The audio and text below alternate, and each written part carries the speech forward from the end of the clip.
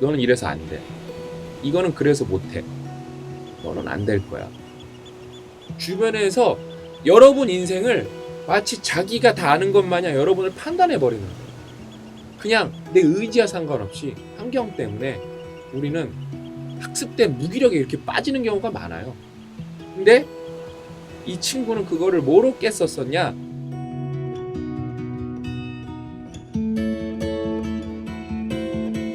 안녕하세요. 작년까지만 해도 운동선수였던 25살 여자입니다. 저는 10년 동안 운동선수 생활을 했습니다. 운동선수라고 하기엔 몸이 많이 느리고 운동신경도 좋지 않았어요. 무시당하기 일쑤였고 그 누구도 저에게 기대하지 않았습니다. 하지만 저는 어린 시절 6년간 운동 일지를 하루도 빼지 않고 적었어요. 그날 컨디션, 체중, 부족한 것, 느낀 것, 배운 것까지. 누가 시킨 것도 아닌데 저는 매일 기록하고 반성하고 연구했습니다. 무시당한 날에도, 운동을 못해 단체의 기합을 받은 날에도, 선배들에게 혼나서 기합받은 날에도, 밤 12시에 운동이 끝나거나 새벽 운동이 있는 날 어딜 놀러 가도 저는 항상 일지를 들고 다녔습니다. 오전, 오후, 야간 매 타임마다 일지를 적었어요.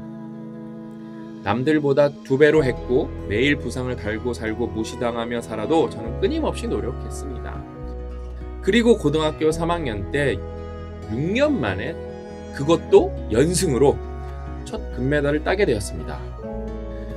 6년 동안 정말 힘들었습니다. 미친 듯이 6년을 노력해서 딴 금메달입니다. 일반인 중에서도 몸이 안 좋은 사람인데 전국대회 1등, 그땐 1등이 당연하다고 생각했어요. 도끼 품고 6년간을 이겨내었는데 나를 이길 사람은 없다고 생각했습니다. 그리고 실업팀에 갔습니다. 그 후 저는 일지를 매일같이 쓰지 않았어요. 어느 순간부터 안 쓰게 되더라고요. 그리고 저는 떨어져 갔습니다. 어느 순간부터 나는 못해, 나는 느려라는 말이 입에 붙었고 운동하는 매일매일이 지옥이었습니다. 몸도 느리고 매일 부상을 달고 사는데 할 수 없다는 마음까지 생기니 실력은 떨어져만 갔고 결국 저는 잘렸습니다. 일지야 그땐 아무렇지 않게 당연하게 썼고 지금 안 써도 남들도 안 쓰는데 그냥 제 몸이 안 좋아졌다고 생각했는데 그 일지가 저 스스로에게 믿음을 주고 용기를 줬다는 것을 알았습니다. 분명 10년 운동선수를 해오면서 사람들은 저에게 할 수 없다라는 말을 더 많이 했을 겁니다. 스스로 용기를 주고 믿는다는 것이 이렇게 큰 힘이었구나 깨달았습니다. 생각해보니 저 스스로도 할 수 없는 것을 알았던 날에도 일젠 할 수 있다 보여주자라는 글이 써 있었어요. 운동선수 생활은 끝났고 새로운 2막을 준비하기 막막했는데 다시 할 수 있다는 믿음이 생기고 더 성장한 것을 알았습니다. 지난 10년이 헛되지 않았다는 걸 알게 됐고 저는 뭐든 할 수 있다는 그 마음이 다시 생겨난 것에 가슴이 뜁니다. 오늘부터 다시 일지를 적어보려고 합니다. 그때 내가 할 수 있었던 것처럼 지금의 나도 할 수 있다. 남들보다 부족하다 생각하면 남들보다 더하면 되고 남들이 안 믿어주면 내가 믿어주면 되는데 가장 중요한 걸 까먹고 살았던 것 같아요. 다시 알게 해주셔서 감사합니다. 대단하죠? 그러니까 우리도 여러분 살아가면서 안 된다는 말을 사실 더 많이 듣거든요. 너는 안 될 거야. 너는 이래서 안 돼. 이거는 그래서 못해. 이런 말을 더 듣거든. 그래서 그냥 내 의지와 상관없이 환경 때문에 우리는 학습된 무기력에 이렇게 빠지는 경우가 많아요. 그냥 안 된다고 하니까 뭘 해도 최선을 다 안 하게 되고 그냥 어영부영하게 되고 그러다 보니까 실패하게 되고 실패가 누적이 되다 보니까 학습된 무기력에 빠지고 그러니까 이 학습된 무기력이 정말 무서운데 그 시작 중에 하나가 뭐냐면은 주변에서 여러분 인생을 마치 자기가 다 아는 것 마냥 여러분을 판단해 버리는 거예요. 근데 이 친구는 그거를 뭐로 깼었었냐? 데일리 리포트. 데일리 리포트로 그거를 깼었던 거예요. 누가 누구에게 믿음을 줬던 거예요? 자기가 자기 자신에게. 이 데일리 리포트는 제가 실제로 이거를 6주 이상 쓴 거를 지켜본 분이 진짜 미니멈 100명이 넘어요. 제가 멘토링 프로젝트도 일반인들에게도 했고 제가 기업에서도 의뢰를 받아서 오래 진행했기 때문에 100분이 넘는데 제가 인사 담당자분들한테 제가 조금 몇 기수 해보고 깨달은 점이 있어서 말씀드린 게 있었어요. 이거 부작용이 좀 있더라. 이거를 제대로 해서 깨우친 친구들은 자기 인생 찾아서 이직을 하거나 퇴사를 하더라. 그거 감당이 되시겠느냐, 제가 그렇게 말했어요. 아니면 그런 인재를 잡을 수 있는 역량이 있냐 이 회사는. 그러니까 인사 담당자가 키득키득거리면서 아유 그럼 너무 좋겠네요 했어요.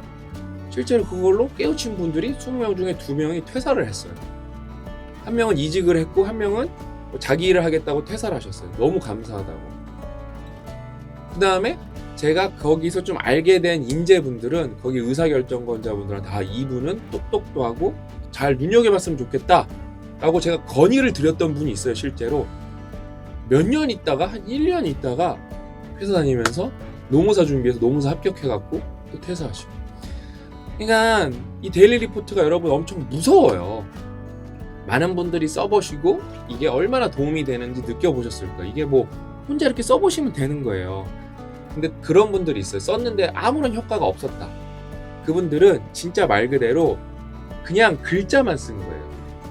이분이 오늘 말씀해 주셨잖아요. 내가 배운 것, 느낀 것, 심지어 체중 이렇게 꼼꼼히 적으면서 고민과 연구를 해야 되는데 이것만 쓰면 저절로 내가 바뀌겠지. 안 바뀝니다. 그 다음에 내 하루의 만족도는 나만 아는 거거든요. 그 만족도를 접어가면서 데일리 리포트를 여러분이 제대로 좀 꾸준히 써보면은 엄청나게 도움이 됩니다. 저도 누가한테 배운 게 아니고 박사과정 이대로 가면 망하겠다 그래서 아직도 기억난다니까요. 싱가포르 국립대에서 학교에서 나눠주는 노란색 표지에 플라스틱 스포닝으로 감겨있는 연구 노트에 제가 세미나를 듣다가 그냥 이렇게 살면 안 되겠다 그래서 한쪽을 쭉 그어갖고 24칸을 나눠서 그냥 적어보기 시작한 거예요. 그게 엄청나게 도움이 된 거예요. 아까 제가 말씀드렸죠? 그냥 적기만 하면 안 돼요. 노력을 하고 스스로 셀프 피드백을 줘야 돼요. 셀프 피드백. 그러면서 아까 이 친구가 말했던 것처럼 고민과 연구의 과정이 있으면은 여러분이 정도의 차이만 있지 무조건 좋아진다.